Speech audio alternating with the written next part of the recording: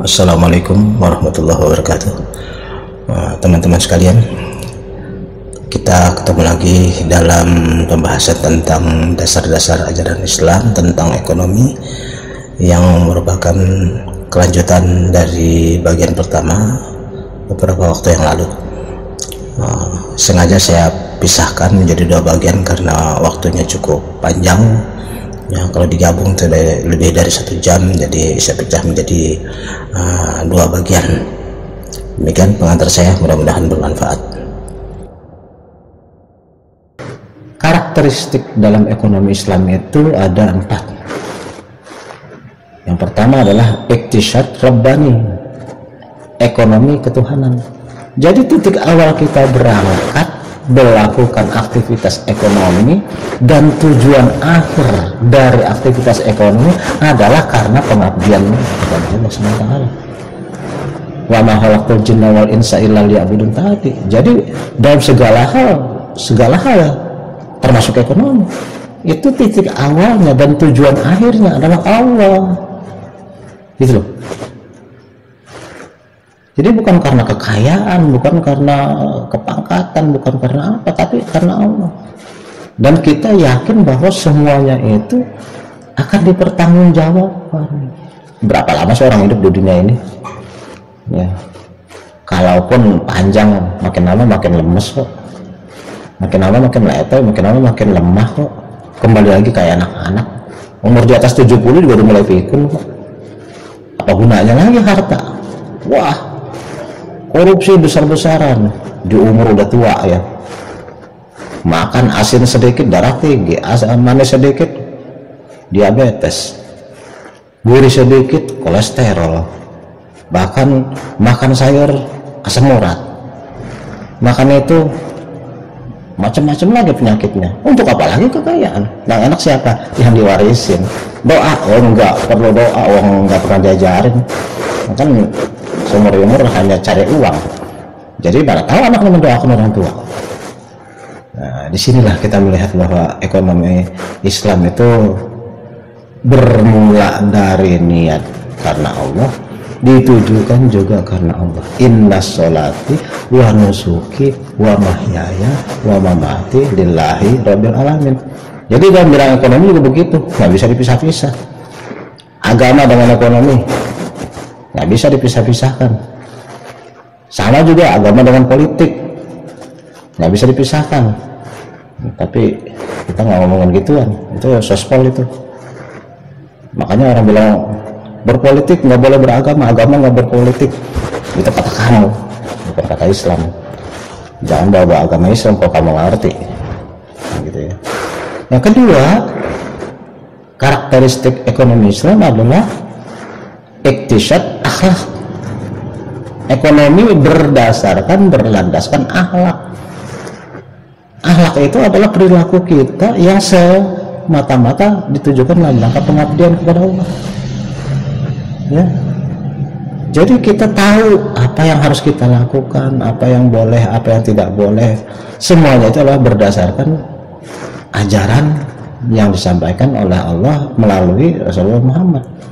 Oleh karena itulah kata Nabi Muhammad, aku ini diutus ke tengah-tengah manusia adalah untuk memperbaiki akhlak. Kenapa? Justru akhlak itu yang paling utama. Inna ma bu'istu liutammima makarimal akhlak, kata Rasulullah. Karena kalau udah nggak berakhlak, maka ada masalah ekonomi ya udahlah. Mulai dari yang paling ekstrim, merampok, membegal, sampai kepada yang berikutnya yaitu menipu, memanipulasi, atau nilep, ya, nyolong. Nah, itu semuanya adalah karena dasarnya akhlak. Kalau dasar Islam itu berdasarkan akhlak, artinya semua perilakunya adalah sesuai dengan apa yang sudah diajarkan, digariskan oleh Allah melalui Nabi Muhammad. Yang ketiga adalah iktisad insani, artinya ekonomi kerakyatan, memberi kesempatan kepada manusia untuk memenuhi kebutuhan hidup.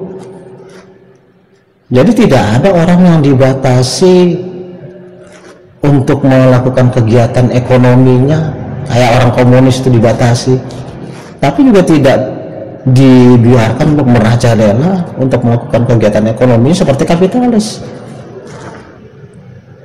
Ya, jadi dalam Islam itu semua manusia dipersilakan untuk memenuhi kebutuhan hidupnya, tetapi juga ketika dia dapat, dia punya tanggung jawab. Bahkan dalam melaksanakan pencarian kebutuhan ekonomi, dia juga punya batasan. Akhlak itu tadi, waktu mencari dia tidak sembarangan, ketika sudah dapat dia tidak juga sembarangan. Di awal dia niat karena Allah, dalam mencari dia karena Allah juga jalannya, ketika dia dapat dia juga akan melakukannya sesuai dengan ajaran Allah, lalu kemudian akhirnya semua ditujukan dalam rangka pengabdian kepada Allah. Begitu itu di dalam di dalam ekonomi Islam dasarnya seperti itu. Jadi ekonomi kerakyatan itu tidak mengenal pembatasan kepada hakikat manusia. Mencari nggak boleh, ini semuanya dikuasai oleh negara, tidak boleh orang punya faktor produksi. Nah, itu pembatasan katanya demi negara, bolak-balik saya bilang seperti itu, katanya demi negara, padahal ya demi para pemimpin.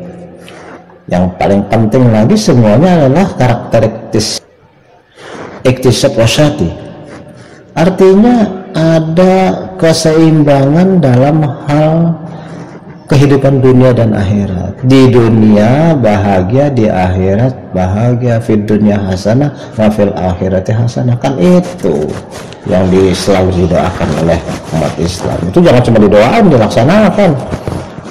Jangan sampai di dunianya melarat dalam rangka mencari kebahagiaan di akhirat. Nggak boleh. Dunia juga harus senang, tapi juga jangan sampai di dunia senang tapi melupakan kebahagiaan di akhirat. Berfoya-foya sampai akhirnya lupa ajaran-ajaran seharusnya bagaimana. Nah, pokok-pokok ekonomi Islam, prinsip yang dapat dijadikan poros adalah pertama, semua hal kekuasaan yang paling tinggi itu hanya milik Allah, dan dalam rangka mencari kebajikan sebanyak mungkin dengan memanfaatkan harta itu.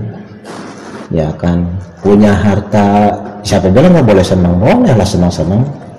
Yang nggak boleh itu kan berlebihan, dan yang nggak boleh itu kan pemborosan, ya kan. Dan kita harus juga sadar bahwa yang namanya pemanfaatannya itu sudah ada aturannya masing-masing, tidak boleh secara sembarangan. Nah, kemudian manusia adalah khalifah. Khalifah itu apa sih? Raja. Raja berarti dia memiliki kewenangan untuk mengatur. Ya berarti manusia juga punya kewenangan untuk mengatur. Mengatur apa? Ya paling tidak mengatur diri sendiri lah. Setiap orang adalah pemimpin. Paling tidak memimpin dirinya sendiri. Jadi menjadi khalifah di muka bumi ini, dia kalau punya kekuasaan, nggak perlu dibatas-batasin untuk negara segala macam. Ya, semuanya untuk negara, tidak perlu kayak gitu. Ya. Di dalam surat At-Tin, Allah juga mengatakan bahwa manusia itu telah diciptakan dalam bentuk yang paling baik dibandingkan dengan seluruh ciptaan yang lain seperti matahari, bulan, bintang, langit. Itu kan punya keterbatasan masing-masing. Karena apa? Karena tidak diberikan akal. Bahkan malaikat sendiri hanya diperintahkan untuk mengabdi, tapi tidak diberikan nafsu. Makanya malaikat nggak makan, mana ada selera makan, nggak perlu makan. Ya, karena nggak makan nggak perlu buang air lah. Karena itu karena nggak punya nafsu, malaikat yang nggak punya dosa. Timbulnya dosa itu kan karena manusia itu punya nafsu. Ya. Tapi juga manusia itu bukannya nafsu semata-mata, itu kan setan. Tidak ada niat baiknya, ya ada nafsu terus. Nah, manusia itu ada di tengah-tengah. Kembali lagi, karena manusia diciptakan di tengah-tengah dan yang paling baik sempurna, ya, maka dia pun memiliki segala kesempurnaan itu. Antara malaikat dan iblis, manusia itu ada di tengah-tengah. kalau dia benar-benar menjalankan fungsinya, yaitu khalifah di muka bumi, dan bahwa segala sesuatu itu diciptakan Allah, termasuk dia adalah untuk beribadah kepada dia, termasuk dalam ekonomi. Ya, maka kemudian kita akan melihat bahwa di dalam ekonomi Islam itu, satu, berbagai sumber daya dipandang sebagai pemberian atau anugerah Allah, ya, titipan lah tepatnya. Terus kemudian Islam mengakui pemilikan pribadi, tapi dalam batas tertentu. Tadi itu jangan sampai boros, jangan sampai mubazir, tapi dalam batas tertentu. Jangan sampai mengeksploitir sumber daya alam, menimbulkan kerusakan. Oke. Kekuatan penggerak ekonomi Islam adalah kerjasama. Kalau kita sholat ya, sholat itu kan yang paling utama adalah sholat berjamaah. Ekonomi Islam menolak terjadinya akumulasi kekayaan yang dikuasai oleh segelintir orang. Mau kapitalis, mau penguasa partai komunis, sama itu. Di mata Islam sama semuanya itu. Mereka hanya menumpuk untuk kepentingan mereka sendiri. Yang satu modal, kaum modal, orang kaya. Yang satu lagi pemimpin partai. Semua bicara demi kesejahteraan umat. Nyatanya, ya, kita lihatlah sendiri. Ya. Kemudian, ekonomi Islam itu menjamin pemilikan masyarakat. Boleh. Negara boleh menguasai, tapi untuk batas-batas yang memang hajat hidup orang banyak, dan direncanakan penggunaannya untuk kepentingan banyak orang. Misalnya untuk sektor-sektor produksi yang semua orang perlu, itu jangan dikuasai oleh pribadi, nanti rakyat jadi sengsara. Tapi yang benar-benar dikuasai oleh dibutuhkan orang banyak, itu Islam membolehkan dikuasai oleh negara, tapi tidak boleh semua-muanya oleh negara, sehingga orang nggak boleh ngapa-ngapa juga, nggak benar juga. Islam menentang itu. Jadi ekonomi Islam itu pemilikan masyarakat atau pemilikan negara dibolehkan, asal untuk penggunaannya untuk kepentingan banyak orang. Ya. Kemudian lagi prinsip di dalam ekonomi Islam adalah seorang Muslim itu hanya semuanya ditujukan kepada pengabdian kepada Allah SWT, dan kemudian yakin bahwa semuanya itu akan ditanya besok. Ya, duit banyak dari mana ente? Ya, dapatnya dari bagaimana nih? Boleh halal, boleh kerja, boleh berusaha, berdagang atau apa? Atau boleh nilap sana sini, atau boleh korupsi? Ya, yang ada pertanggungjawaban. Justru jadi orang kaya itu ribet. Rupiah per rupiah ditanya dapat dari mana, digunakan untuk apa. Mendingan orang miskin langsung aja belas, nggak kita tanya lagi. Orang miskin nggak punya apa-apa, tanya apaan? Orang kaya yang tanya, dapat dari mana kau, untuk apa kau gunakan itu? Wah, tanya terus, repot itu. Apalagi sampai triliunan punya duitnya, panjang lah dia pengadilan itu, panjang dia masa pertanyaan itu. Ya. Terus kemudian di dalam Islam juga zakat harus dibayarkan atas kekayaan yang telah memenuhi nisabnya. Jadi kalau sudah ada batasnya itu harus bayar zakat. Zakat itu kalau nggak dibayar malah harus diperangi itu zaman lagi. Ya berarti ya, harus wajib. Kalau nggak dikeluarkan, ya udah nanti tinggal hitung-hitung aja. Kata Allah, kata mereka kan nyatat itu semua. Ya. Kalau pajak digelapin, negara nggak tahu. Makanya banyaklah orang-orang yang menggelapkan pajak, tuh banyak tuh. Orang kaya tapi mau bayar pajak, mau menikmati pembangunan tapi pajaknya nggak mau. Banyak itu. Ya. Tapi kalau dalam Islam nggak bayar pajak, catatannya ada sendiri. Tar, kata malaikat, tunggu waktunya. Ya. Terus kemudian dalam hal perdagangan Islam menolak riba.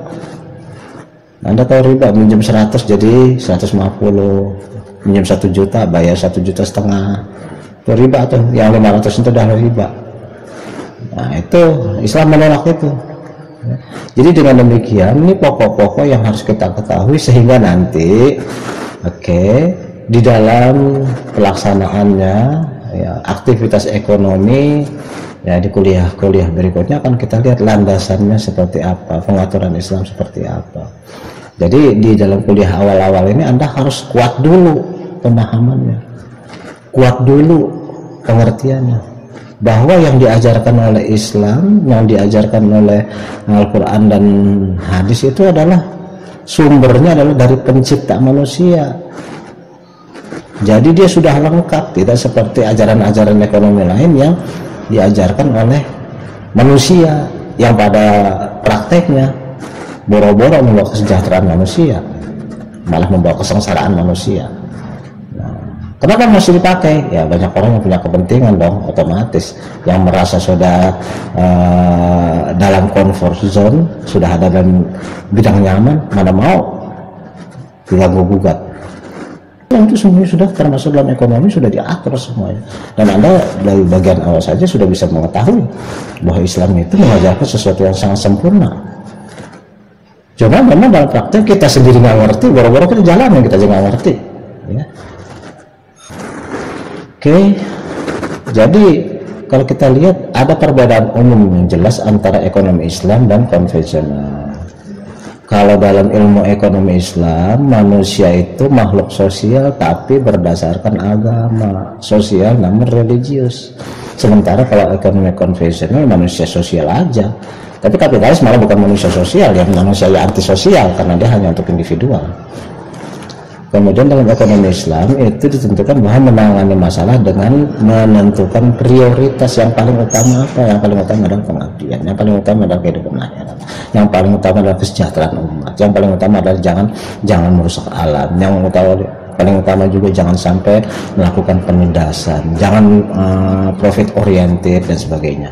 Sementara kalau ilmu ekonomi konvensional itu dengan keinginan individu, kalau komunis sesuai dengan kemauan individu yang pakai embel-embel negara, pura-pura pakai negara padahal ya partai yang berkuasa kan gitu. Dalam ekonomi Islam ya pilihan alternatif kebutuhan dituntun dengan nilai-nilai yang diajarkan Allah. Sementara kalau di ajaran yang lain itu alternatifnya adalah semata-mata kepentingan para pejabat, kepentingan para kaum modal, kepentingan para pemimpin partai. Dia tidak mendasarkan kepada ajaran agama, tapi mendasarkan otaknya sendiri. Ya, bagaimana maunya dia. Jadi egonya yang muncul. Kata Kim Jong Un ya pokoknya semuanya harus dibatasi demi rakyat katanya, demi rakyat. Boro-boro demi rakyat Anda punya rambut aja dia nggak boleh macam-macam kok. Anda pakai pakaian di sini nggak boleh macam-macam kok, diatur semuanya. Oke, kemudian sistem pertukaran dituntun oleh etika Islam dalam perdagangan, dalam jual beli, dalam pinjam meminjam dan sebagainya. Dalam hal pertukaran itu ada etika dalam Islam. Sementara kalau dalam ekonomi konvensional itu semuanya adalah kekuatan pasar, demand and supply, permintaan dan penawaran. Dalam ekonomi komunis malah semuanya sudah diatur oleh negara. Jadi berdasarkan hal di atas, ekonomi Islam tidak hanya mempelajari individu, tetapi juga bakat religius mereka. Semuanya dilakukan adalah dalam rangka pengabdian kepada Allah, mencari nilai yang sebaik-baiknya, baik secara pribadi maupun dalam kehidupan bermasyarakat. Baik teman-teman, saya kira demikian saja yang bisa saya kesempatan kali ini. Mudah-mudahan kita bisa ketemu lagi dalam topik-topik berikutnya. Untuk kali ini lebih kurang saya mohon maaf. Wabillahi taufiq wal hidayah. Wassalamualaikum warahmatullahi wabarakatuh.